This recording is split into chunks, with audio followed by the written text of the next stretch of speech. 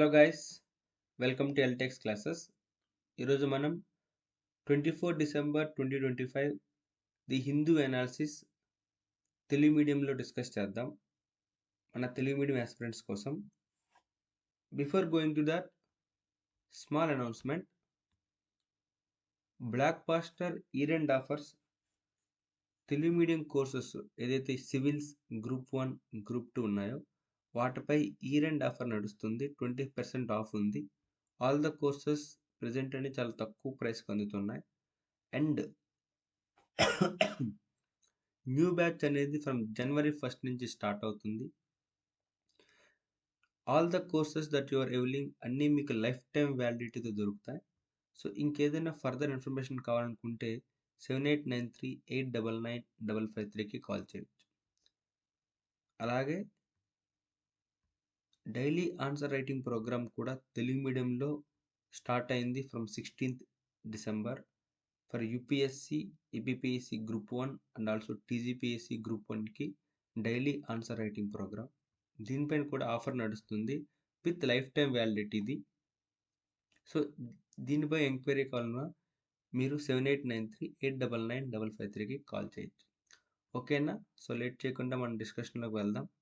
So ఈరోజు చూస్తే first article, భారతదేశం తన తొలి ఉగ్రవాద నిరోధక విధానాన్ని ఖరారు చేస్తుంది అని చెప్పి ఆర్టికల్ వచ్చింది.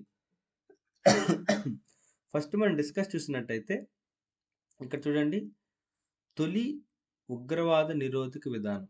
కాకపోతే ఒక కొత్త పాలసీని మనం ఉగ్రవాదం పైన ఎప్పటి నుంచో ఫైట్ చేస్తున్నాం, కానీ ఒక కొత్త విధానాన్ని ఖరారు చేసింది భారతదేశ ప్రభుత్వం. దీనికంటే ముందు, ఇది డిస్కస్ చేసే ముందు మనం ఉగ్రవాదం అంటే ఏంటి మనం డిస్కస్ చేద్దాం. ఎందుకంటే రీసెంట్గా చాలా ఎక్కువ ఇన్సిడెంట్స్ జరుగుతున్నాయి. పెహల్గామ్ అటాక్ చూసుకోండి, అలాగే రీసెంట్గా రెడ్ ఫోర్ట్ దగ్గర ఒక బాంబ్ అటాక్ కానీ, ఇవన్నీ ఉగ్రవాదులు చేస్తున్న చర్యలే. ముందు ఉగ్రవాదం అంటే ఏంటో డిస్కస్ చేద్దాం. ఉగ్రవాదం అనేది జనరల్గా చూసుకున్నట్టయితే ఒక కైండ్ ఆఫ్ ఎక్స్ట్రీమ్ స్టెప్ అని చెప్పచ్చు అనమాట. దీనినే ఇంగ్లీష్లో మనకి టెర్రరిజం అంటారు. తెలుగు కంటే ఇంగ్లీష్లో దాని పదంకున్న కరెక్ట్ మీనింగ్ ఉందన్నమాట. టెర్రరిజం అంటే ఏంటంటే టు క్రియేట్ టెర్రర్. టెర్రర్ అంటే ఏంటి? భయం. వాళ్ళ మెయిన్ ఉద్దేశం ఏంటంటే టు క్రియేట్ టెర్రర్. ఇదే మనకి రీసెంట్గా మీరు చూసినా సరే మన national security advisor Ajit Doval garu, అతని పైన కూడా మూవీ కూడా మొన్న వచ్చింది చూసారా మనకి, దురంధర్ మూవీ.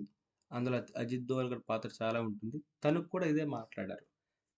టెర్రరిజం యొక్క, ఈ టెర్రరిస్ట్ యొక్క మెయిన్ ఉద్దేశం ఏంటంటే టు క్రియేట్ టెర్రర్, అంటే పీపుల్లో భయం పుట్టించాలి. వాళ్ళు చేసే ఇన్సిడెంట్ అనేది ఒక పర్సన్ చనిపోయినా, ఇద్దరు చనిపోయినా, 10 మంది చనిపోయినా, 100 మంది చనిపోయినా అది వాళ్ళకి సంబంధం లేదు. వాళ్ళ సంబంధం ఏంటంటే ఈ ఒక్క పర్సన్ చనిపోయినా ఎంతమంది రిమైనింగ్ ఇండియన్ భారతదేశ పౌరుల్లో భయం పుట్టిస్తున్నాం. ఒక 100 మంది చనిపోయినా ఈ 140 కోట్లు ఎవరుతున్నారో వాళ్ళపైన ఎంత భయం పుట్టిస్తున్నామో అది వాళ్ళు అచీవ్మెంట్గా చూస్తారు.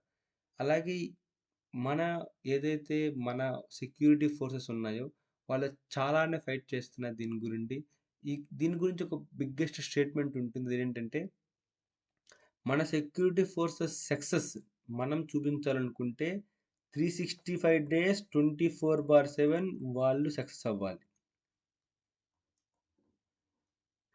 మన సెక్యూరిటీ ఫోర్సెస్ సక్సెస్ అంటే వాళ్ళు టెర్రరిజంని, ఉగ్రవాదాన్ని ఆపగలిగారని ప్రూవ్ చేయడానికి వాళ్ళు 365 days 24/7 వాళ్ళు సక్సెస్ అవ్వాలి. అదే ఒక టెర్రరిస్ట్ వాళ్ళు సక్సెస్ అవ్వడం చూపించడానికి ఒక ఇన్సిడెంట్ అయినా చాలు.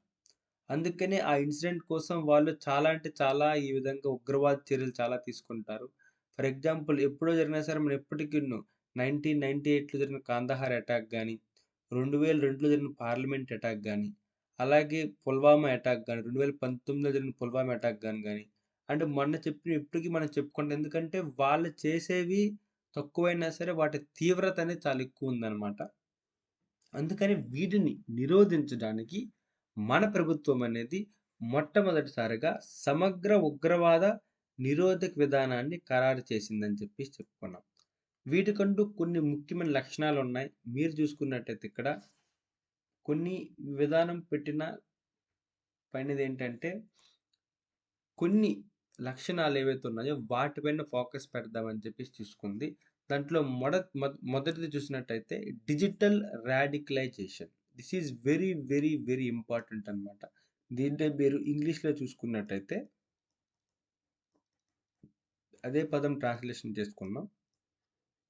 Digital radicalisation. డిజిటల్ అంటే ఏంటి? ఏదైనా డిజిటల్ మీన్స్‌లో అంటే ఫర్ ఎగ్జాంపుల్ త్రూ మెసేజెస్ మనం ఆల్రెడీ వాట్సాప్ గానీ, ఇన్‌స్టా గానీ, ట్విట్టర్ గానీ చాలా మనకి అకౌంట్స్ ఉన్నాయి. అవన్నీ ఎన్‌క్రిప్టెడ్. ఎన్‌క్రిప్టెడ్ అంటే ఏంటి? మాట్లాడే వాళ్ళు వాళ్ళిద్దరికి తప్పించి. అంటే ఇటుపక్క రిసీవ్ చేసిన వాళ్ళకి, అటుపక్క మెసేజ్ సెండ్ చేసిన వారు తప్పించి వేరే వాళ్ళకది అర్థం కాదు. కంప్లీట్‌లీ ఎన్‌క్రిప్టెడ్ అని మనకు ప్రైవసీ, మనకు గోప్యతకి ప్రాధాన్యత ఇస్తూ ఈ యాప్స్ అనేవి తయారు చేయబడ్డాయి. దాని రైట్ టు ప్రైవసీ చాలా ఇంపార్టెంట్ తెలుసు కదా! సో, దానికి ప్రాధాన్యత ఇస్తూ ఈ యాప్స్ అన్నీ తయారు చేయబడ్డాయి. సో, వాటిని వీళ్ళు వినియోగించుకొని వీళ్ళు డిజిటల్ మీన్స్‌లో అంటే ఏంటి? త్రూ వాయిస్ మెసేజెస్ గానీ, త్రూ టెక్స్ట్ మెసేజెస్ గానీ, త్రూ వీడియో కాల్స్ గానీ, త్రూ ఈ విధంగా వీడియోస్ పంపించి చాలామంది యువతని వాళ్ళు రాడికలైజ్ చేస్తున్నారు. రాడికలైజ్ చేయడం అంటే ఏంటి? వాళ్ళు ఒక విధంగా వశపరుచుకుంటున్నారు. అంటే వీళ్ళని వాళ్ళ ఐడియాలతోని, వాళ్ళ యొక్క సిద్ధాంతాలతోని వీళ్ళని వశపరుచుకొని వీళ్ళు ప్రలోభాలకు గురి చేస్తున్నారు. ఎవరైతే ఇందులో నిజంగా ఉన్న యువత ఎవరైతే ఉన్నారో, ఆ యువత అనేవారు వాళ్ళ వీడియోస్ చూస్తూ ఆ ప్రలోభానికి గురయ్యి, వాళ్ళు ఆ తర్వాత వాళ్ళతో జాయిన్ అయ్యి, తర్వాత ఉగ్రవాద చర్యలకు దారితీస్తున్నారు. అందుకని చెప్పేసే మొట్టమొదటిగా ఏదైతే ఈ సోషల్ మీడియాస్ ద్వారా, డిజిటల్ మీన్స్‌లో ద్వారా వాళ్ళేదో రాడికలైజ్ చేస్తున్నారో, దాన్ని ముఖ్యంగా దృష్టి పెట్టాలని చెప్పేసి, ఈ మొదటగా మన దానిపైన పెట్టడం జరిగింది. ఎందుకంటే, అంతకుముందనేది ఏదో అండర్ గ్రౌండ్ లోపల అందరిని రిక్రూట్ చేసుకొని, ఎక్కడో అండర్ గ్రౌండ్ లోపల వెళ్లి వీళ్ళు ట్రైనింగ్ ఇవ్వడం, క్లాసులు చెప్పడం జరిగేది. ఇప్పుడు వాళ్ళకేంటంటే ఎక్కడో ఐఎస్ఐఎస్ సిరియాలో, ఇరాక్‌లో, పాకిస్తాన్‌లో ఎక్కడో కూర్చొనైనా సరే త్రూ మెసేజెస్ ద్వారా వీళ్ళకి ఇంటరాక్ట్ అయ్యి, వీళ్ళని వాళ్ళు ప్రలోభానికి గురి చేయొచ్చు. రాడికలైజ్ చేయొచ్చు. వశపరుచుకోవచ్చు. అందుకని ఈ డిజిటల్ రాడికలైజేషన్ అనేది వాళ్ళకి చాలా సులువైందనమాట. ఎందుకంటే అనానిమస్‌గా మనం వాళ్ళని ట్రాక్ చేయడం చాలా కష్టం. అందుకని చెప్పేసి బాగా సులువవడం వల్ల ఆ పద్ధతి ఎంచుకున్నారు కాబట్టి దానిపైన మనం దృష్టి పెట్టాలని చెప్పేసి మొదటగా చెప్పడం జరిగింది. అలాగే దీంతో పాటుగా బహిరంగ సరిహద్దులు దుర్వినియోగం నిరోధించాలి. అంటే ఏంటి? Cross border. ఏదైతే క్రాస్ బోర్డర్ ఉన్నాయి బోర్డర్ సరిహద్దులు ఏవైతే ఉన్నాయో, ఈ బోర్డర్ సరిహద్దులు చాలామంది ఇన్ఫిల్ట్రేట్ అయ్యి వచ్చేస్తున్నారనమాట. ఎందుకంటే రీసెంట్‌గా పెహల్గామ్ అటాక్ చూసుకోండి. వాళ్ళు పాకిస్తానీస్ ఎవరైతే ఉన్నారో వాళ్ళు ఎంటర్ అయ్యారు. వాళ్ళకి ఏదో విధంగా ఆయుధాలు అందాయి. అక్కడి నుంచి వచ్చి ఎంటర్ అయ్యి ఇక్కడ అటాక్ చేసి చంపేసి పర్టిక్యులర్‌గా ఒక పర్టిక్యులర్ రిలీజియన్‌ని టార్గెట్ చేసి చంపేసి వెళ్ళిపోయారు.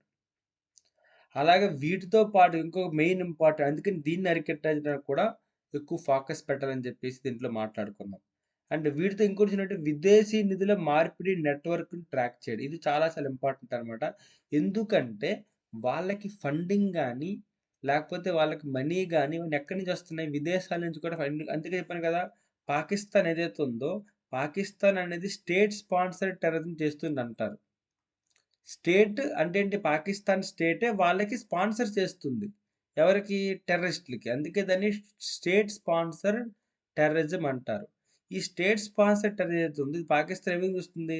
వాళ్ళకి విదేశీ నిధులు ఏదైతే ఉన్నాయో అక్కడి నుంచి వేరే వేరే అకౌంట్స్ ద్వారా గానీ, ఫారిన్ అకౌంట్స్ నుంచి వాళ్ళు పంపిస్తున్నారు కాబట్టి, ఎక్కడి నుంచైతే విదేశీ నిధులు మార్పిడి జరుగుతుందో, ఆ ట్రాన్సాక్షన్ నెట్వర్క్ ఏదైతే ఉందో వాటిని ట్రాక్ చేయడం ద్వారా అటువంటి ట్రాక్ ఏమవుతుంది? ఆ ట్రాక్ వల్ల ఎక్కడి నుంచి ఎక్కడికొస్తుంది?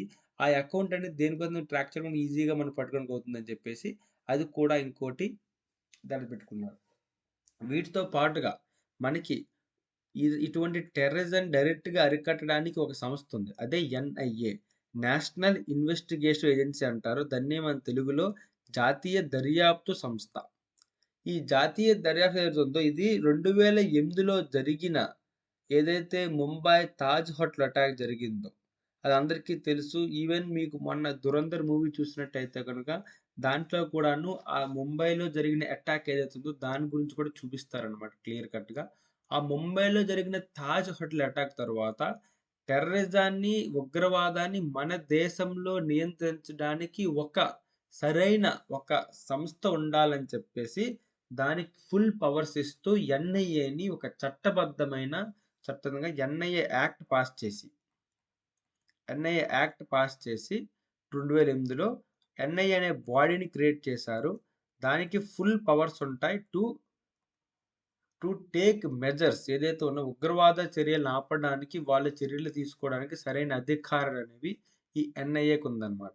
సో దానికి కూడా ఏంటంటే ఈ జాతీయ నమూనాలో కేంద్ర ప్రభుత్వం అనేది ఏం చెప్పింది, వీళ్ళ దగ్గర నుండి కూడా ఇన్పుట్స్, అంటే ఏ విధంగా టెర్రరిజం జరుగుతుంది, ఎక్కడెక్కడ వస్తుంది అంటే వాళ్ళకి ఐడియా ఉంటుంది కాబట్టి వాళ్ళు ఇన్వెస్టిగేట్ చేయాలి, వాళ్ళ దగ్గర నుంచి కూడా ఇన్పుట్స్ తీసుకోవాలని చెప్పేసి ఈ లక్షణాల్లో చెప్పడం జరిగింది. అలాగే వీటితో పాటు ఇంకోటి నాట్ గ్రిడ్, దీన్నే నేషనల్ ఇంటెలిజెన్స్ గ్రిడ్ అంటారు. అంటే ఏంటి, కంప్లీట్గా సాంకేతిక పరమైన సలహాలు, సాంకేతిక పరమైన వివరణలు అనేవి మన యొక్క ఏదైతే దర్యాప్తు సంస్థలు ఉన్నాయో, అది ఎన్ఐఏ కావచ్చు, సిబిఐ కావచ్చు, ఆ దర్యాప్తు సంస్థలకి సమాచారం అందించే ఒక సంస్థగా, సాంకేతిక సమాచార సంస్థగా మనకి నేషనల్ ఇంటెలిజెన్స్ గ్రిడ్ ఉంటుంది. అంటే ఫర్ ఎగ్జాంపుల్ ఏంటి, ఇప్పుడు ఏదైనా ఒక ఎన్ఐఏ ఏజెంట్ ఉన్నారు, ఈ ఎన్ఐఏ ఎవరైతే ఉన్నారో తను దర్యాప్తు చేస్తున్నారు, తనకి ఒక పర్టికులర్ అకౌంట్ పైన లేకపోతే ఒక పర్టికులర్ పర్సన్ యొక్క చర్యల పైన డౌట్ వచ్చింది, తను ఏ అకౌంట్లో ఉన్నారు, తను ఏ బ్యాంకులో ఉన్నారు అని చెప్పేసి వాళ్ళు దర్యాప్తు చేయకుండా వాళ్ళు తనకు సంబంధించిన వివరాలు కనుక్కోవడానికి నాట్ గ్రిడ్ అప్రోచ్ అవుతారు. నాట్ గ్రిడ్ ఎప్పుడైనప్పుడు నాట్ గ్రిడ్ అనేది డైరెక్ట్గా ఏం చేస్తుందంటే, వాళ్ళ దగ్గర బ్యాంక్స్ దగ్గర నుండి అన్ని దగ్గర నుండి ప్రతి పర్సన్ ట్రాన్సాక్షన్ అనేది ఎంతో కొంత వీళ్ళు తీసుకునే అవకాశం ఉంటుంది. కాబట్టి ఈ నాట్ గ్రిడ్ వారు ఎవరైతే ఉన్నారో వీళ్ళు అనేవాళ్ళు అన్ని రకాలుగా సీసీటీవీ కెమెరాస్ ద్వారా కానీ, బ్యాంక్ అకౌంట్స్ ద్వారా కానీ అన్ని రకాలుగా డేటా తీసుకొని వాళ్ళ దగ్గర ఉంచుతారు. కాబట్టి ఎన్ఐఏ వాళ్ళకి ఇన్వెస్టిగేషన్ చాలా సులువు అవుతుంది అనమాట. సో అందుకని చెప్పేసి ఇటువంటి సాంకేతికపరమైన ఇంకా వివిధ అదర ఏవైతే ఉన్నాయో ఆ విధంగా వీళ్ళకి మద్దతు ఇవ్వడానికి, సమాచారం అందించడానికి ఈ నాట్ గ్రిడ్ అనేది దాని దగ్గర నుంచి కూడా వీళ్ళు ఏంటంటే సాంకేతిక వేదికలు తీసుకోవడానికి హెల్ప్ అవుతుందని చెప్పారు. సో ఈ విధంగా ఏంటంటే ప్రస్తుతానికి భారతదేశంలో ఒక ఏకీకృత ఉగ్రవాద నిరోధక సిద్ధాంతం లేదు. మరి ఈ విధానాన్ని అంతరాన్ని పూరించడానికి ఈ సమగ్ర ఉగ్రవాదక నిరోధక విధానం ఏదైతే తీసుకొస్తున్నారో ఇది హెల్ప్ అవుతుందని చెప్పారు. వాటి మెయిన్ ఉద్దేశం ఏంటి, డిజిటల్ రాడికలైజేషన్ దృష్టి పెట్టడం, అలాగే బహిరంగ సరిహద్దుల దుర్వినియోగం నిరోధించడం, విదేశీ నిధుల మార్పిడి నెట్వర్క్లను ట్రాక్ చేయడం, జాతీయ దర్యాప్తు సంస్థ దాన్నే ఎన్ఐఏ అంటారు, నేషనల్ ఇన్వెస్టిగేటివ్ ఏజెన్సీ ఉందో అక్కడి నుండి ఇన్పుట్లు తీసుకోవడం, అలాగే national intelligence grid not grid అంటారు, నాట్ గ్రిడ్ యొక్క సాంకేతిక వేదికలు ఏకీకరించడం, ఇవన్నీ చేయడం ద్వారా మనము ఒక సమగ్రంగా ఉగ్రవాదాన్ని నిరోధించడానికి హెల్ప్ అవుతుందని చెప్పచ్చు. ఇంకా మీకు తిరిగా చెప్పాలంటే 1971 ఇండియా పాకిస్తాన్ వార్ తరువాత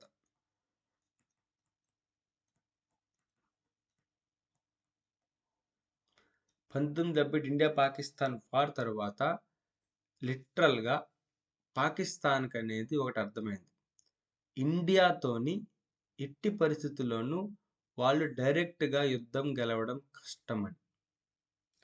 ఈ ఉద్దేశం మీద వాళ్ళు ఈ విధంగా ఉగ్రవాద చర్యలను పాల్పడుతూ మన దేశం పైన వాళ్ళు ఈ విధంగా తీసుకొస్తున్నారన్నమాట.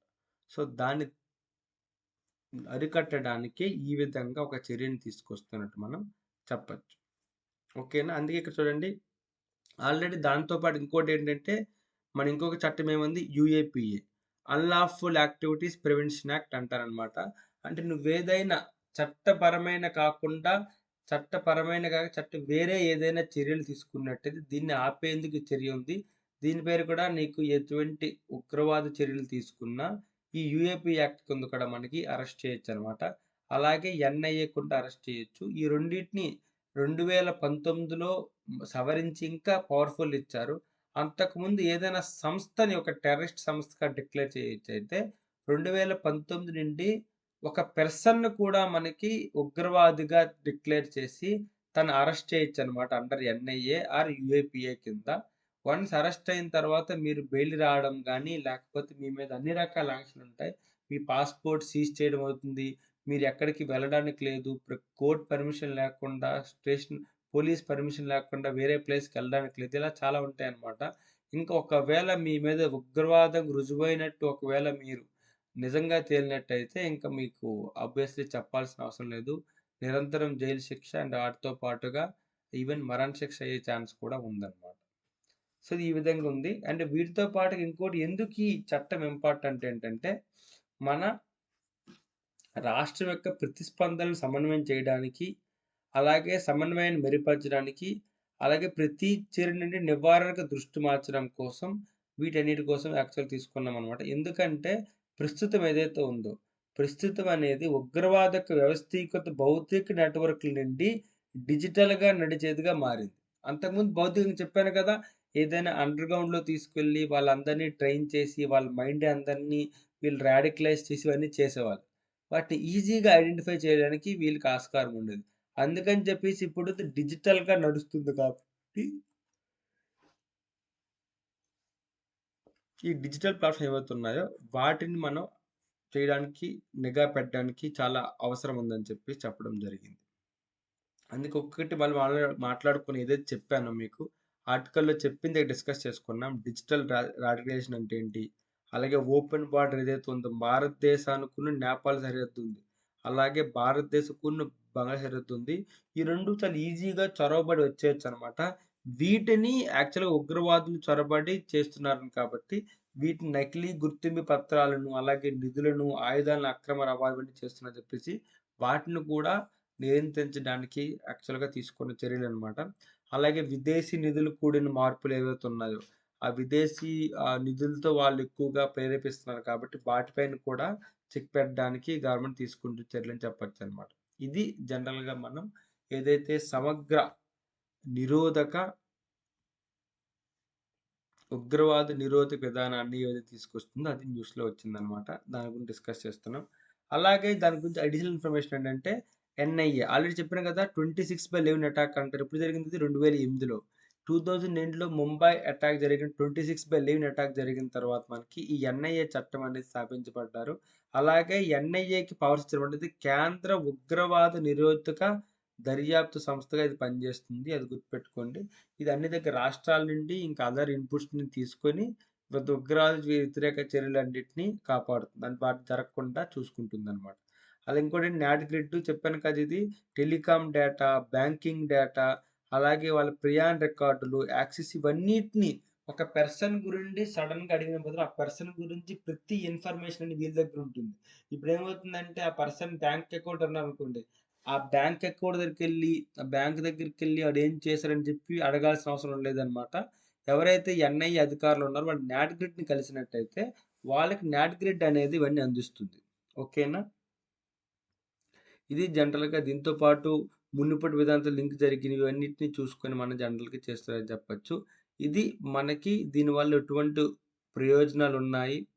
అలాగే దాంతో పాటుగా ఇలాంటి వాటికి సవాళ్ళేంటందు కూడా ఇవ్వడం జరిగిందనమాట. Very important topic. ఎందుకంటే ఇవన్నీ మీరు చేయడం వల్ల పౌర స్వేచ్ఛలు దెబ్బతినే ఎందుకంటే నీ పైన ఎప్పుడు నిఘా, అలాగే డేటా యాక్సెస్ అనేది ఉండడం వల్ల గోప్యతను గౌరవించాలంటారు. బట్ ఏంటంటే ఇటువంటి బలమైన పర్యవేక్షణ వల్ల అవన్నీ దుర్యోగం అయ్యే ఛాన్స్ ఉందని చెప్పి చాలామంది బాధపడుతుంటారనమాట. కాకపోతే యాక్షన్ తీసుకోకపోతే మనం టెర్రరిజం వాటిని నియంత్రించలేం. అలాగని వీళ్ళందరినీ ట్రాక్ చేస్తే వాళ్ళ యొక్క పౌర స్వేచ్ఛలు దెబ్బతింటాయని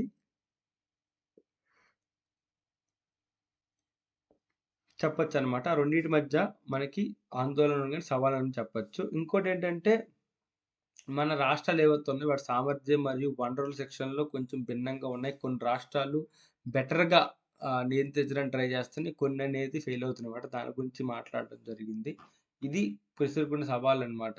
ఓవరాల్‌గా చూసుకున్నట్టయితే ఏదైతే ఈ ప్రతిపాదిత జాతీయ ఉగ్రవాద నిరోధక విధానం ఉందో, అది భారతదేశ నిరోధక విధానంలో రియాక్టివ్ ప్రతిస్పందన నుండి నివారణ మరియు నిఘా నేతృత్వంలో చర్య గణనీయంగా మార్పును సూచిస్తుందని చెప్పొచ్చు. అంటే దాని మీనింగ్ ఏంటి? అంతకుముందు మనం ఏదైనా తీవ్రవాద చర్య మన మీద జరిగితే, దాని తరువాత దానికి మనం రియాక్ట్ అవుతున్నాం. ప్రతిస్పందిస్తున్నాం.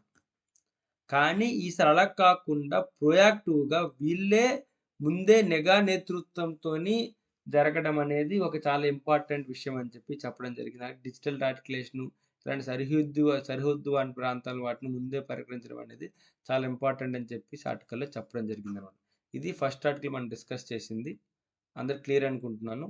Now let's go to the second article.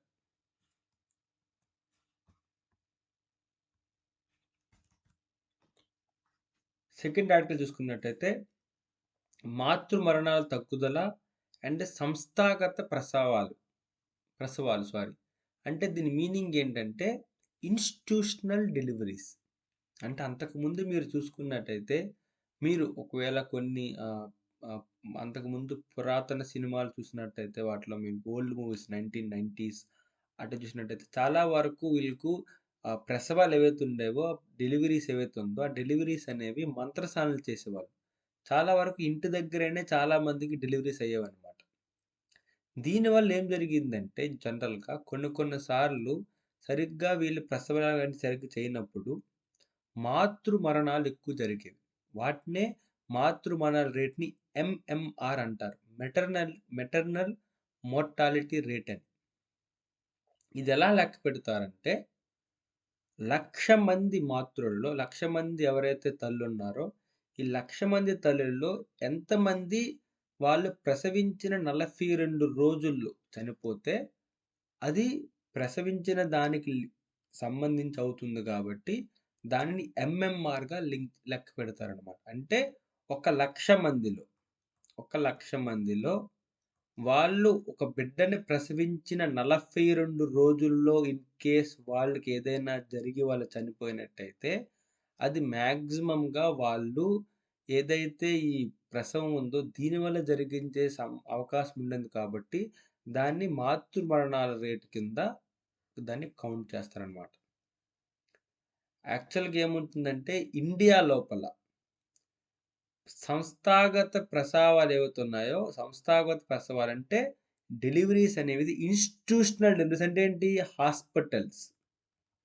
Hospitals లోపల డెలివరీస్ అనేది 89% పెరిగింది. ఓవరాల్ భారతదేశంలో. ఇంకా దీంట్లో కొన్ని రాష్ట్రాలు చూసుకున్నట్టయితే ఫర్ ఎగ్జాంపుల్ ఆంధ్రప్రదేశ్ కానీ, తెలంగాణ గానీ, కేరళ గానీ ఇవి ఆల్మోస్ట్ 99-100% ఉన్నాయి. ఆల్మోస్ట్ మనకి ఇన్‌స్టిట్యూషనల్ డెలివరీనే అవుతుందనమాట. ఖచ్చితంగా ఊర్లోని ఆయాలు గానీ, ఎవరైనా సరే వాళ్ళెవరైతే మనకి ఏఎన్ఎమ్స్ అంటారు కదా! ఈ ఏఎన్ఎమ్స్ అనేవారు వాళ్ళు ప్రతిసారి ఒక జాబితాని పెట్టుకొని ఎవరెవరైతే గర్భిణులు ఉంటారో వాళ్ళు ఖచ్చితంగా వాళ్ళ ప్రసవం అనేది హాస్పిటల్‌లోనే జరిగే విధంగా చూసుకుంటున్నారు. కానీ కొన్ని రాష్ట్రాలు ఇంకా ఫర్ ఎగ్జాంపుల్ ఉత్తరప్రదేశ్ గానీ, బీహార్ గానీ, జార్ఖండ్ గానీ అలాంటి ప్రదేశాల్లో ఇంకా ప్రసవం అనేది వాళ్ళ ఇంటి దగ్గర జరిగే అవకాశం ఉంది. కానీ అలాంటి దగ్గర కొన్ని సార్లు ఏవైనా సరైన వైద్యం అందనప్పుడు వాళ్ళకి తల్లులు చనిపోయే అవకాశం ఉందని చెప్పేసి అదుందనమాట. కానీ ఒక మంచి విషయం ఏంటంటే ఇండియా లోపల 89% ఇన్‌స్టిట్యూషనల్ డెలివరీస్ సంస్థాగత ప్రసవాలనేవి అక్కడ జరగడం వల్ల చాలా వరకు మాతృ మరణాలు ఏవవుతున్నాయి గణనీయంగా తగ్గాయని చెప్పేసి ఆర్టికల్ వచ్చింది.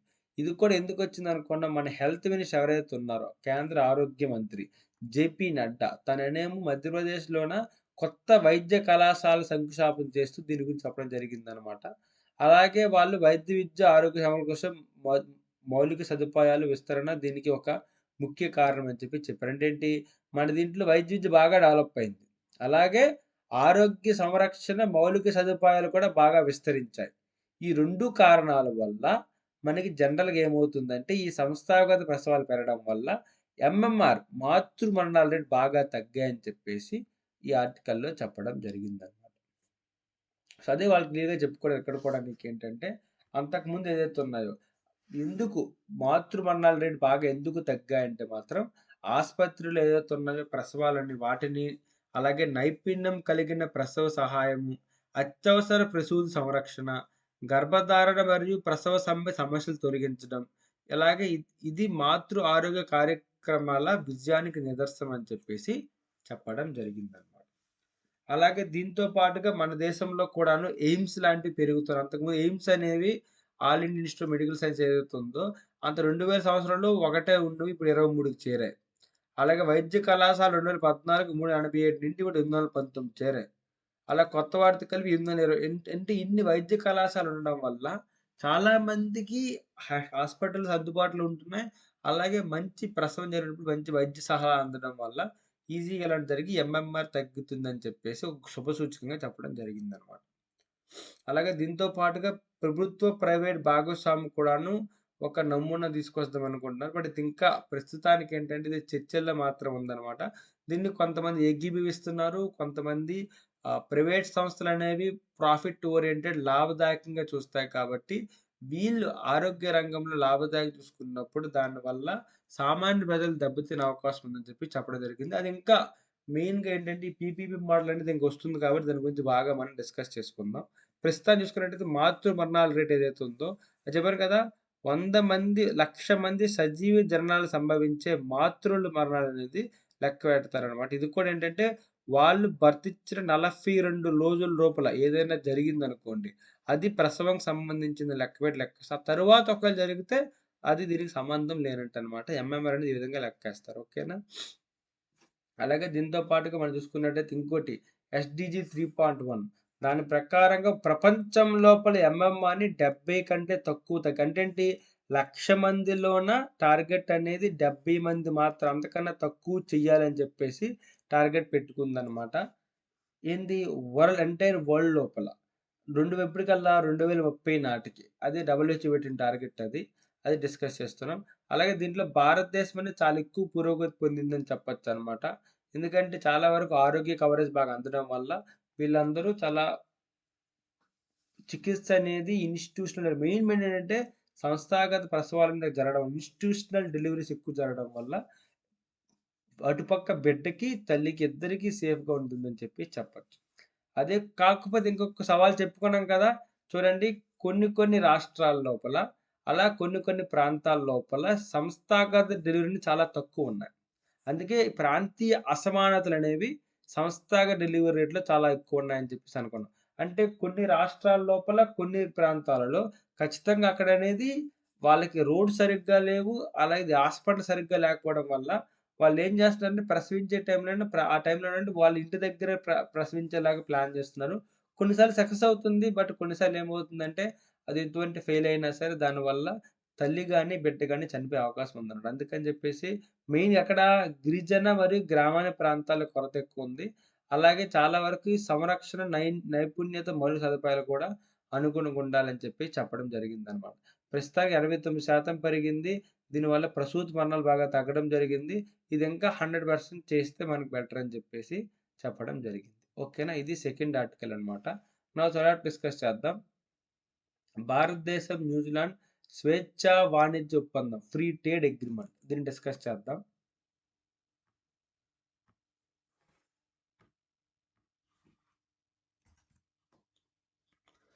మూడో ఆర్టికల్ చూసుకున్నట్టయితే భారతదేశం, న్యూజిలాండ్ స్వేచ్ఛా వాణిజ్య ఒప్పందం ఫ్రీ ట్రేడ్ అగ్రీమెంట్. ఇది చాలా ఈ మధ్య ఏంటంటే మన భారతదేశం అనేది చాలా రాష్ట్రాలు, చాలా దేశాలతోని ఫ్రీ ట్రేడ్ అగ్రీమెంట్ అనేది సైన్ చేస్తుందనమాట. ఎందుకు? టారిఫ్‌లు తగ్గించి ఆ దేశంతోను, మన దేశంతో ఉన్న వాణిజ్యాన్ని పెంచడానికనమాట. ఇది చాలా చాలా ఇంపార్టెంట్ అనమాట. ఎందుకంటే ఎప్పుడైతే ఎక్స్‌పోర్ట్స్ పెరుగుతాయో, ఎగుమతులు పెరుగుతాయో దానివల్ల మనకేమవుతుందంటే మన యొక్క ట్రేడ్ డెఫిసిట్ అనేది తగ్గి దానివల్ల మన ఆర్థిక పరిస్థితి అనేది చాలా ఎక్కువ పురోగతి పొందింది. ఎందుకంటే చైనా లాంటి దేశాలు కూడాను ఎంత ఫాస్ట్‌గా ఈవెన్ చైనా అండ్ భారతదేశం 2 ఆల్మోస్ట్ 1947లో మనం, అలాగే 1949లో వాళ్ళు. ఆల్మోస్ట్ విత్ తక్కువ సేమ్ టైమ్‌లోనే స్వతంత్రం పొందిన మనకంటే మూడింతలు ఎక్కువ ఎకానమీకి వెళ్ళడానికి కారణం వన్ ఆఫ్ ది కారణం ఏంటంటే వాళ్ళు మనకంటే ముందుగా ఓపెన్ ఎకానమీ అయ్యి దాంతో పాటుగా ఎగుమతి ఆధారిత దేశంగా తయారైంది. అందువల్ల ఎగుమతులు ఇంపార్టెంట్ కాబట్టి వాటికన్నిటికి ఫ్రీ ట్రేడ్ అగ్రీమెంట్ ఏదైతే ఉందో స్వేచ్ఛా వాణిజ్య ఒప్పందాలనేవి చాలా చాలా అవసరం అన్నమాట.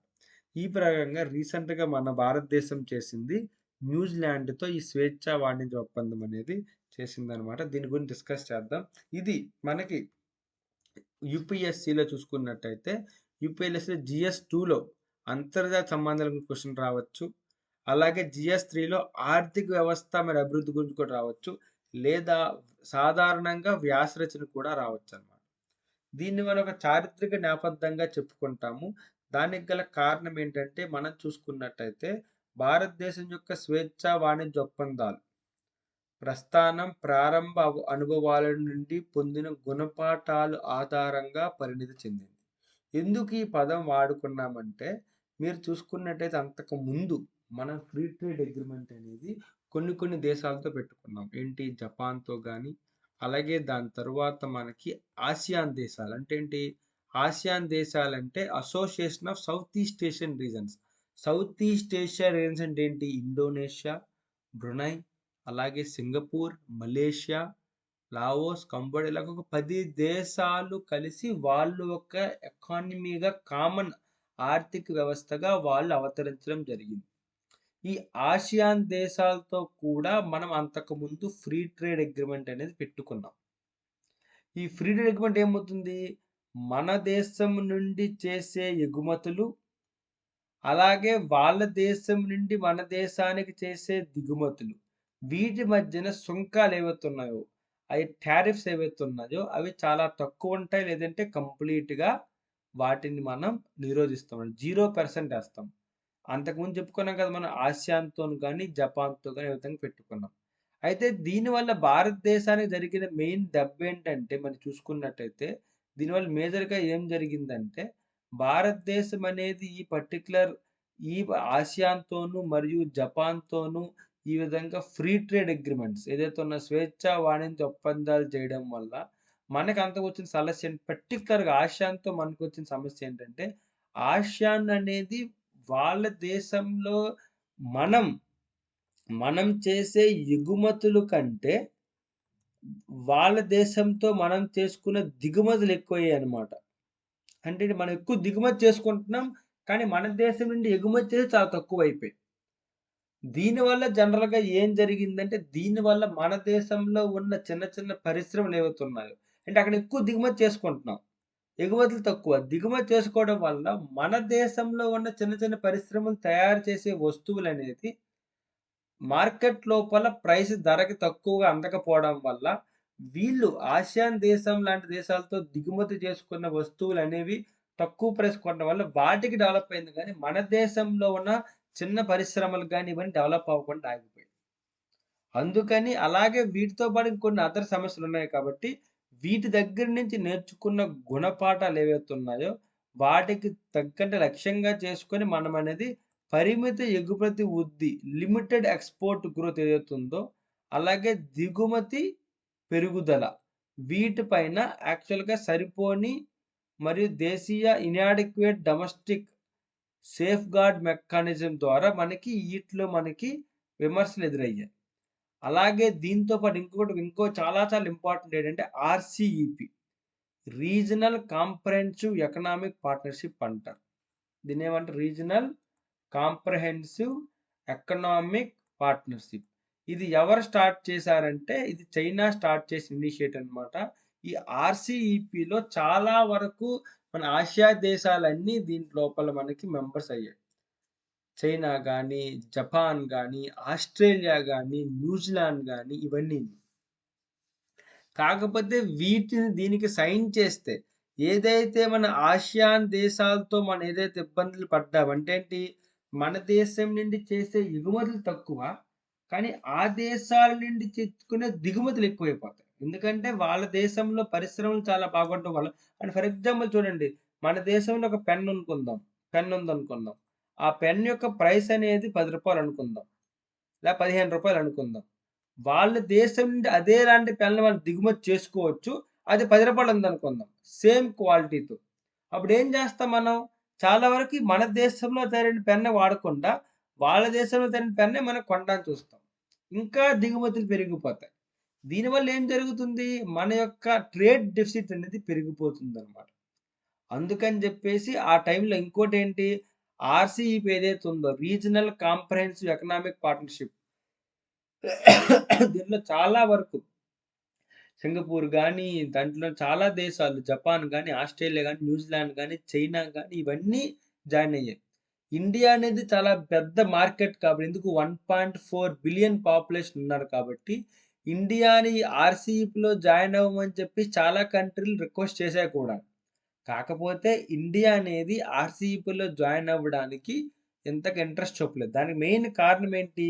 మన ఏదైతే పాడి మరియు వ్యవసాయ ఉత్పత్తులు ఏవవుతున్నాయో వాటికి దెబ్బతింగి రైతు యొక్క జీవనోపాధిపై ప్రభావం పడే ఛాన్స్ ఉందని చెప్పారు. ఎందుకు?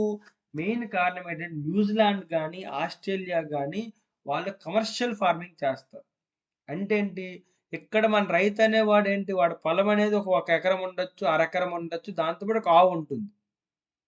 ఆ ఆవు ఏదైతే ఉందో దానికి తగ్గట్టుగా తన యొక్క ఆహ్, కుటుంబ అవసరాలకి వాడుకుంటూ మిగిలిందేమవుతుందో డైరీ ఫార్మ్‌కిస్తాడు. కానీ ఆస్ట్రేలియా అలాంటి దీన్ని చూసుకున్నట్టయితే ఒక ఫార్మర్ అనేది 10, 20, 100 ఆవులు కూడా పెంచి డైరీ ఫార్మింగ్ చేస్తుంటాడు. దీనివల్ల వాళ్ళ డైరీ ప్రొడక్ట్స్ ఏవైతే ఉన్నాయో, అవి మన దేశంలో ఆర్‌సీపీ సైన్ చేసినట్టయితే మన దేశం లోపలికి ఆ ప్రొడక్ట్స్ అనేవి చొరబడి, మన దేశ రైతుల యొక్క జీవనోపాధికి చెప్పుకున్నాం కదా! రూ. 10, రూ. 15 ఎగ్జాంపులు. అలాగే మన దేశ రైతుల యొక్క జీవనోపాధిపై ప్రమాదం పడే అవకాశం ఉంది అని ఉద్దేశంతోని కంప్లీట్‌గా మనం ఏం చేసామంటే ఆర్‌సీపీని సైన్ చేయమని చెప్పేసాం. అయితే దాంతో పాటుగా ఏదైతే ఉందో అందుకని చెప్పేసి 2020 నుండి ఒక నూతన విధానాన్ని తీసుకొచ్చాం. దాన్ని న్యూ అప్రోచ్. దీంట్లో ఏంటంటే అన్నీ సైన్ చేయకుండా మన దేశంలో ఏవైతే మనకి ఇంపార్టెంటో వాటిపైన టారిఫ్‌ని ఎక్కువ పెంచుతూ, రిమైనింగ్ ఏదైతే ఉన్నాయో వాటిపైన టారిఫ్ అనేది తగ్గించు మనం దీంట్లోన సెటిల్ చేసే విధంగా చేయొచ్చని చెప్పిందనమాట. అది ఎక్కడ సైన్ జరిగింది. దాన్నేమంటారంటే స్ట్రాటజిక్ మరియు ఇంట్రెస్ట్ బేస్డ్ ఎంగేజ్‌మెంట్. వ్యూహాత్మక మరియు ఆసక్తి ఆధారిత నిమగ్నత అనమాట. అంటే ఏంటి? ఈ ఆర్‌సీపీ అనంతరం భారతదేశం తన వాణిజ్య వ్యూహాన్ని, ట్రేడ్ స్ట్రాటజీని విచక్షణారహిత సరళి అంటే లిబరలైజేషన్ అట్ ఎనీ కాస్ట్ నుండి ఊహాత్మక మరియు ఆసక్తి ఆధారిత నిమగ్నతపై మార్చుకుందని చెప్పారు. ఏంటి చాలా వరకు ఏదైతే ఈ ద్వైపాక్షిక సంబంధాలుంటాయో, ఫర్ ఎగ్జాంపుల్ ఇప్పుడు న్యూజిలాండ్‌తో మనం ఫ్రీ ట్రేడ్ అగ్రీమెంట్ చేసాం. వీటిలోపల కొన్ని రంగాలకి, సున్నితమైన రంగాలకి పటిష్టమైన రక్షణలు కల్పించే విధానంగా మనం తీసుకున్నామనమాట. వాటిపైన సుంకాల మినహాయింపుతో పాటు రిమైనింగ్ సేవా రంగంలో వ్యూహాత్మక ఉదారత కలగాలని చెప్పుకున్నాం. ఎందుకు? ఆ సున్నితమైన రంగాలపైన మనం దీనిపైన సైన్ పెట్టొద్దు. అన్ని వస్తువుల మీద కాదు. నాకు కొన్ని వస్తువుల పైన మీరు సుంకమేం తగ్గించమని చెప్పేసి పెట్టుకున్నాం. ఫర్ ఎగ్జాంపుల్ ఏదైతే ఉందో న్యూజిలాండ్ చెప్పాను గదా! న్యూజిలాండ్‌లో కూడా డైరీ ఫార్మింగ్ కమర్షియల్‌గా ఎక్కువ బల్క్‌లో జరుగుద్దని. సో, అందుకని న్యూజిలాండ్‌లోని కంట్రీస్‌తో కూడా మాట్లాడినప్పుడు టారిఫ్ ఏదైతే ఉందో, ఆ టారిఫ్‌ని కూడా దాన్ని కూడా మనం కంటిన్యూ చేసే విధంగా మనం చెప్పడం జరిగిందనమాట. దీనివల్ల ఏమవుతుందంటే మనకి చాలా చూడండి ఇక్కడ యూఏఈతో కూడా రీసెంట్‌గా సైన్ చేసుకున్నాం. యునైటెడ్ అరబ్ ఎమిరేట్స్ ఏవైతే ఉందో దాన్ని. అలాగే ఆస్ట్రేలియాతో కూడా సైన్ చేసుకున్నాం. వీటిపైన మనం చేసే వాటిలో కూడా మనం ఏంటంటే కంప్లీట్‌గా మనం చూసుకునేది దీనిపైనే అన్నమాట. ఏంటంటే ఆ వ్యూహాత్మకంగా ఎక్కడైతే సున్నితమైన రంగాలుంటాయి వాటిపైన మనం టాక్స్ ఏమి తగ్గించకుండా రిమైనింగ్ ఎక్కడెక్కడైతే ఇబ్బంది కలగదనిపిస్తదో వాటిపైన మనం కంప్లీట్‌గా ఈ టాక్స్ ఫ్రీ ట్రేడ్ అగ్రీమెంట్ నలుపుకునే విధంగా మనం చేయడం జరిగిందనమాట. ప్రస్తుతం చూసుకున్నట్టే చాలా వరకు చిన్న కంక్లూజన్ వాళ్ళు మాట్లాడినది ప్రస్తుతానికి ముగింపుకొచ్చినట్టుంది. సుమారు 7 నెలల అమలులో చాలా జరిగిందనమాట. దీంట్లో మెయిన్‌గా చూసుకోండి. మన ఇండియా లోపల దేనిపైన మనం ఫోకస్ పెట్టాం అది చాలా ఇంపార్టెంట్. చూసుకున్నట్టయితే ఇండియా లోపల హ్యూమన్ క్యాపిటల్ ఎక్కువ. సాఫ్ట్‌వేర్‌లు అందరూ ఎక్కువుంటారు. న్యూజిలాండ్‌లో అనేది ఇంగ్లీష్‌లో మాట్లాడతారు. సో, అందుకని చెప్పేసి మనకి న్యూజిలాండ్ అనేది వర్క్ చేయడం అనేది చాలా సింపుల్‌గా ఉంటుందనమాట. అందుకని జెప్పేసి మన నిపుణుల చైతన్యం ఏదైతే ఉందో, మొబిలిటీ ఆఫ్ ప్రొఫెషనల్స్ సేవా రంగంలో ఉన్న సాఫ్ట్‌వేర్ రంగం ఏదైతే ఉందో సర్వీస్ సెక్టార్ లోపల భారతదేశం లోపల హ్యూమన్ క్యాపిటల్‌ని బలంగా వినియోగించుకోవడానికి ఈళ్ళు ఇక్కడ చర్యలు తీసుకోవడం జరిగిందనమాట. ఎందుకంటే వాళ్ళు మన దేశం నుండి వాళ్ళని అనుమతించాలి. న్యూజిలాండ్ అనేది. దానికోసం కూడా చర్యలు తీసుకోవడం జరిగింది. అలాగే చెప్పాను గదా! కీలక పాడి పరిశ్రమ డైరీ ఫార్మింగ్ వాళ్ళ పైన కూడా ఎక్కువ ఇబ్బంది పడకుండా ఉండే విధంగా ఈ ఫ్రీ ట్రేడ్ అగ్రీమెంట్ అనేది సైన్ చేయడం జరిగింది. అలాగే వీటితో పాటుగా పెట్టుబడులు పెరిగినట్టుగా అంటే దీర్ఘకాలిక మూలధన ప్రవాహాలు సృష్టించడం కోసం ఇన్వెస్టర్స్ మన దేశంలో వచ్చే విధంగా కూడా ఈ పర్టిక్యులర్ ఆర్గ్యుమెంట్‌లో మనం మెయిన్‌గా ఫోకస్ చేసుకున్నాం. చెప్పాను కదా! దీంట్లో మనకేంటి మొబిలిటీ ఆఫ్ ప్రొఫెషనల్స్ అంటే ఎవరైతే నిపుణులు ఉన్నారో వాళ్ళు ఈజీగా అక్కడికెళ్ళి వాళ్ళు చేయడం వల్ల దాని ప్రకారంగా అలాగే సున్నిత రంగాల పైన మనకి కొంత రక్షణ ఎక్కువ కలిగించే విధంగా తీసుకోవడం జరిగిందనమాట. ఇంకొకటేంటంటే ఈ ఫ్రీ ట్రేడ్ అగ్రీమెంట్ ఇంకో టార్గెట్ పెట్టుకున్నాం. ప్రస్తుతానికున్న 2 బిలియన్ టార్గెట్ ఏదైతే ఉందో ఇది 5 సంవత్సరాల్లో రెట్టింపు చేయాలనే లక్ష్యం. ఇది కూడా చాలా ఇంపార్టెంట్ అనమాట. ప్రస్తుతానికంతా $2 బిలియన్ ఉంది. $2 బిలియన్ ఉన్నది $4 బిలియన్ వచ్చే 5 సంవత్సరాలంటే అంటే ఆల్మోస్ట్ 2030 నాటికల్లా పెంచాలని చెప్పేసి కీలక నిర్ణయం తీసుకుంది.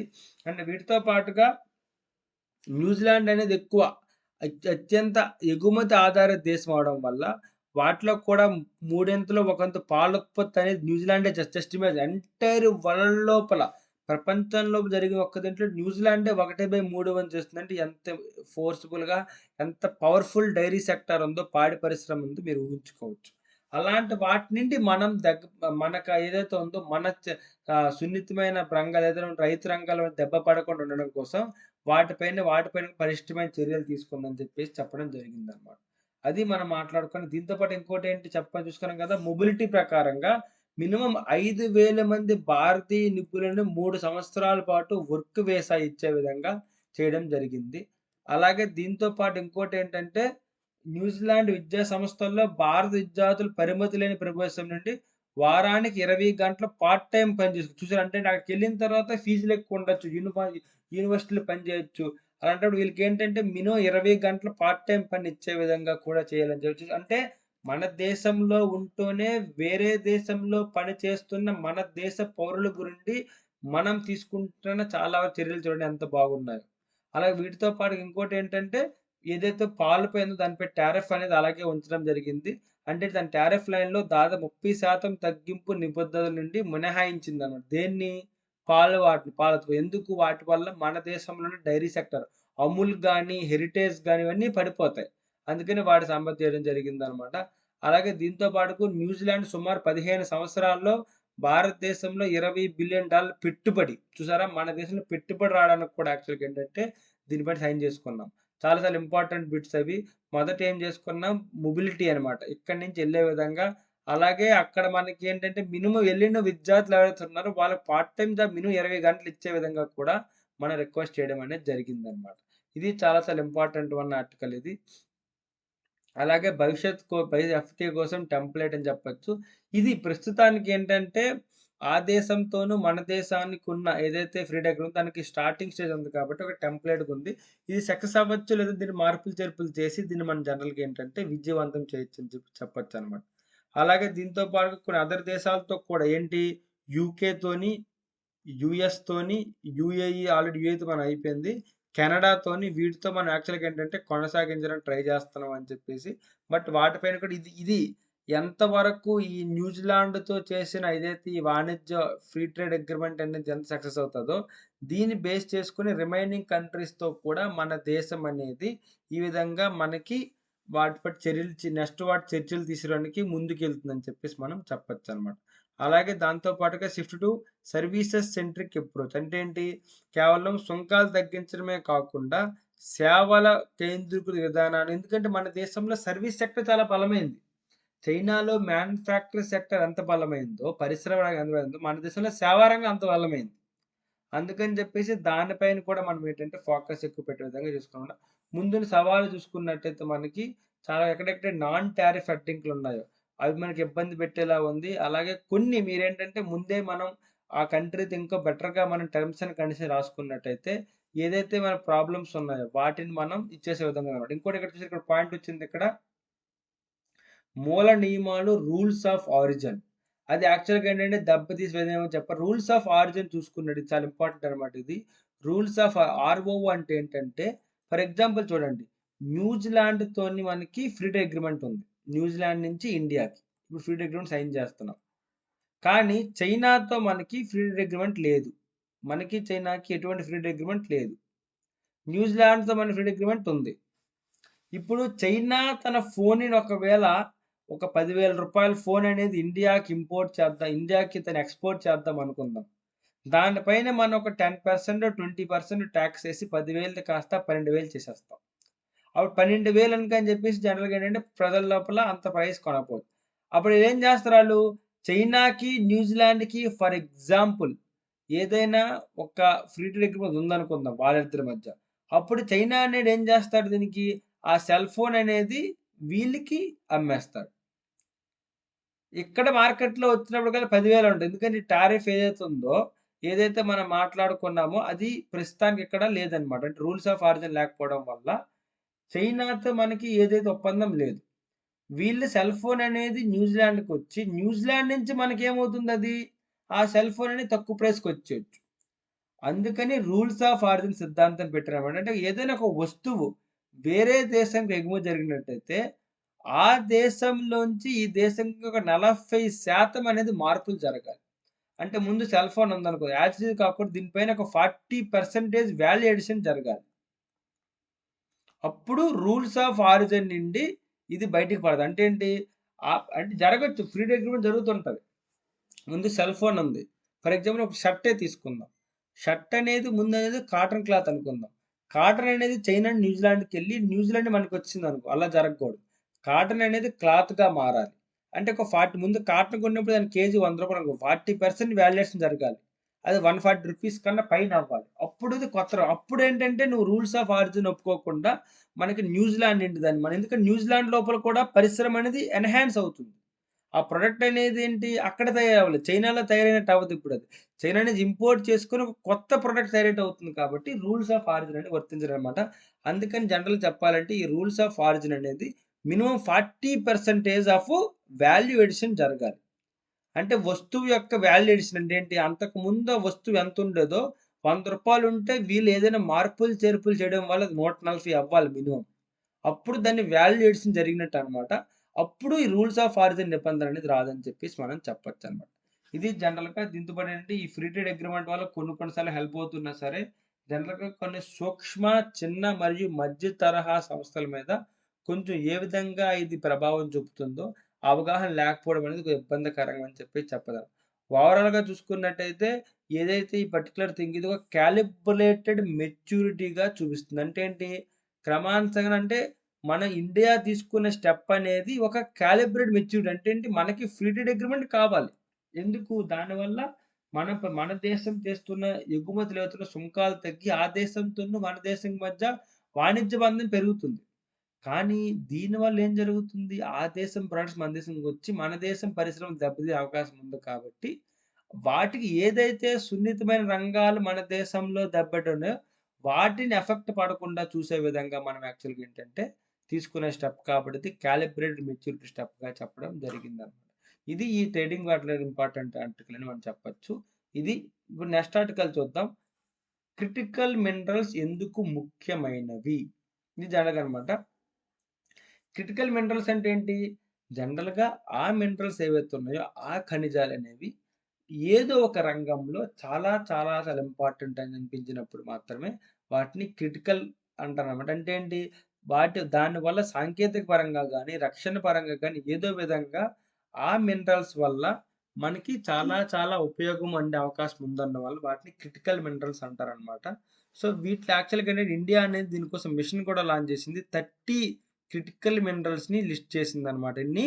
30 క్రిటికల్ మినరల్స్‌ని నేషనల్ క్రిటికల్ మినరల్స్ మిషన్ చూడండి మీకు అర్థమవుతుంది. సో, దీంట్లో ఏంటి ఏదైతే క్రిటికల్ ఖనిజాలున్నాయో రక్షణ వ్యవస్థలో జడ్డీలను తయారు చేయడానికి, క్షిపణులకి, రాడార్స్‌కి, ఉపగ్రహాలకి అలా ఖచ్చితత్వమైన ఆయుధాలు అంటే ప్రిసిషన్ మిసైల్స్ అంటాం వాటికి, అలాగే సెమీ కండక్టర్‌లకి, బ్యాటరీస్‌కి, ఎలక్ట్రానిక్స్ వీటి తయారు చేయడానికి, అలాగే రిమైనింగ్ అన్ని రకాలుగా మనకేంటంటే క్రిటికల్ మినరల్స్ అనేవి చాలా హెల్ప్ అవుతాయని చెప్పేసి చెప్పొచ్చనమాట. అయితే దీని ప్రకారం చూసుకున్నట్టయితే మన దేశంలో కూడా ప్రస్తుతానికి చూసుకున్నట్టయితే ఈ క్రిటికల్ మినరల్స్ అనేది చాలా వరకు మనం వేరే దేశాల దగ్గర నుంచి దిగుమతి చేసుకుంటున్నాం.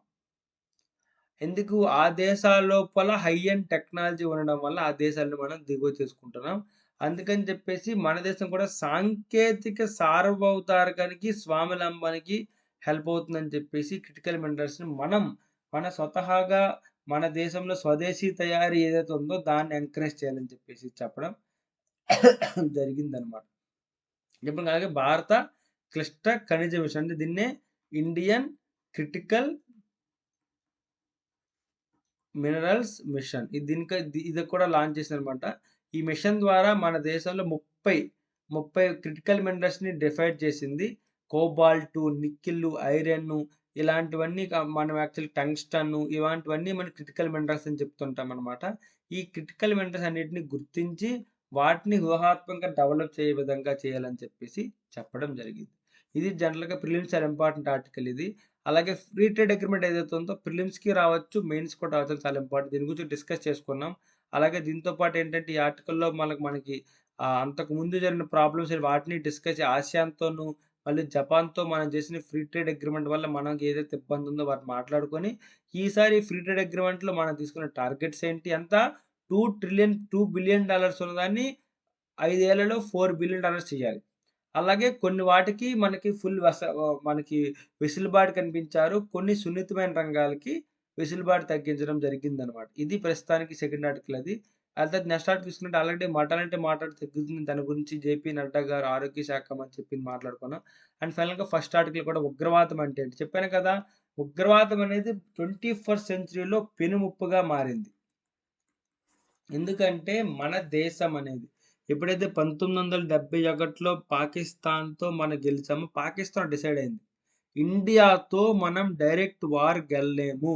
అందుకని జెప్పేసి వాళ్ళు ఈ విధంగా ఏం జేస్తున్నారంటే టెర్రరిస్ట్ యాక్టివిటీస్‌ని, ఉగ్రవాద దాడులు ప్రేరేపించి మన దేశ జాతీయ భద్రతకి దెబ్బతీసే విధంగా వాళ్ళు ప్రయత్నిస్తున్నారన్నమాట. దీన్ని ఏ విధంగా దాన్ని తగ్గించడానికి సమగ్ర ఉగ్రవాద నిరోధక విధానం తీసుకొచ్చింది కదా!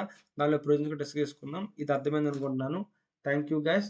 ఏమైనా డౌట్స్ ఉంటే లైక్ చేయండి, షేర్ చేయండి, సబ్స్క్రైబ్ చేయండి. ఏవైనా డౌట్స్ ఉన్నట్టయితే డౌట్స్ మీరనేది కామెంట్ సెక్షన్‌లో తెలపండి. నెక్స్ట్ సెషన్‌లో మేము దాన్ని క్లారిఫై చేయడానికి ట్రై చేస్తాం. Thank you guys. Thank you once again. And నాకు చెప్పాలంటే చెప్పాను కదా! మళ్ళీ blockbuster year end offer ఉంది. 20% ఆఫ్ ఆన్ ఆల్ కోర్సెస్ ఉందన్నమాట. అంటే ఫస్ట్ టైమ్ జనవరి 1 నుంచి న్యూ బ్యాచ్ కూడా స్టార్ట్ అవుతుంది. ఈ కోర్సులు ఏవైతే ఉన్నాయో లైఫ్ టైమ్ వ్యాలిడిటీ అందుతాయన్నమాట. ఇంకేమైనా ఫర్దర్ ఇన్ఫర్మేషన్ కావాలంటే 7893 899 553కి కాల్ చేయవచ్చు. Thank you guys. Thank you one and all.